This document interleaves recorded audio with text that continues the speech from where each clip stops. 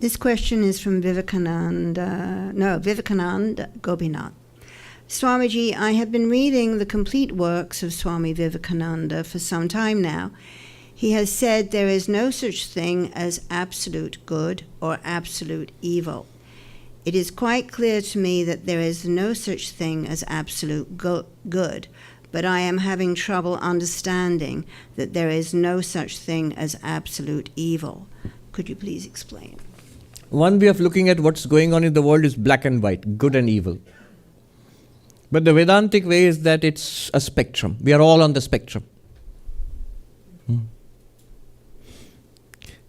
Why I'm saying this is a psychiatrist said, we are all on the spectrum. Yeah. All of us. No one is excluded. Monk especially. The very fact that you're a monk is a nutcase. Sri Ramakrishna said, the people said, you're mad. He said, yes, the people are mad about the world. I prefer to be mad about God.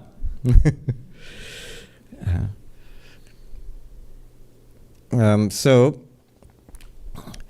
evil and good, according to Vedanta, it's all on the spectrum. On this side, it seems dark. On that side, it seems light. But it's a mixture, always. Because everything in the world is sattva, rajas, tamas. It's a product of Maya, and it's a mix. Practically, there's a very big difference between evil and good. But Vivekananda is talking from a very high perspective, from a Vedantic perspective. All of this is a manifestation of Brahman. So ultimately, nothing can be absolutely evil also. Practically, if you look at it also, the actual, what is happening in the world, you will see it's very complex. If you say it's good and evil, you're oversimplified. You've oversimplified it. And leads to worse, to labeling people as good or evil. People aren't good or evil. They are a mixture. They might be predominantly evil, even that for a while. Or predominantly good, that for a while. There's a saying, every saint has a past and every sinner has a future. If every sinner has a future, then the sinner is not absolutely a sinner forever. No.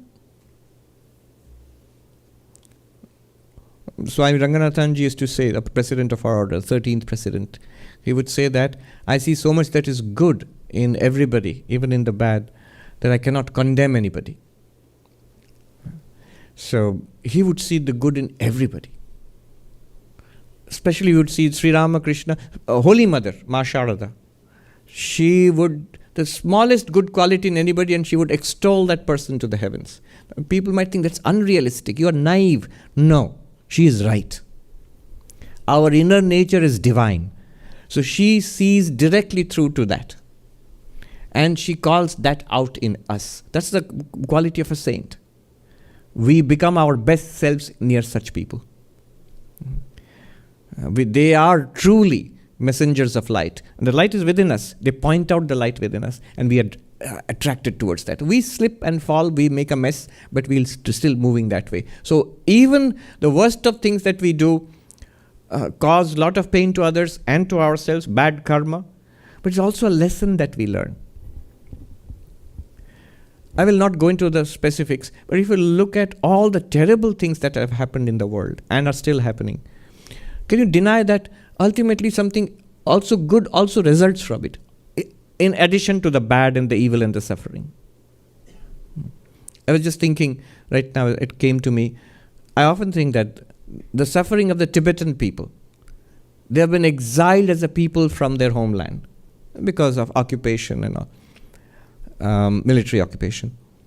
But thanks especially to the wisdom of the Dalai Lama, what they have done is, they have doubled down on their own culture and spirituality and shared it across the world. So that knowledge, those meditation practices, those philosophies which were locked up in an icy plateau of Tibet for more than 1200 years, 1300 years, since Padmasambhava went to Tibet and all. Now they are the possession of the whole world. So, yes, it's evil that these people are suffering so much. But the result is, they themselves now have, what do they have? They have their spirituality to hold on to. and the benefit they have given to all of us across the world. See, this one example I'm just saying.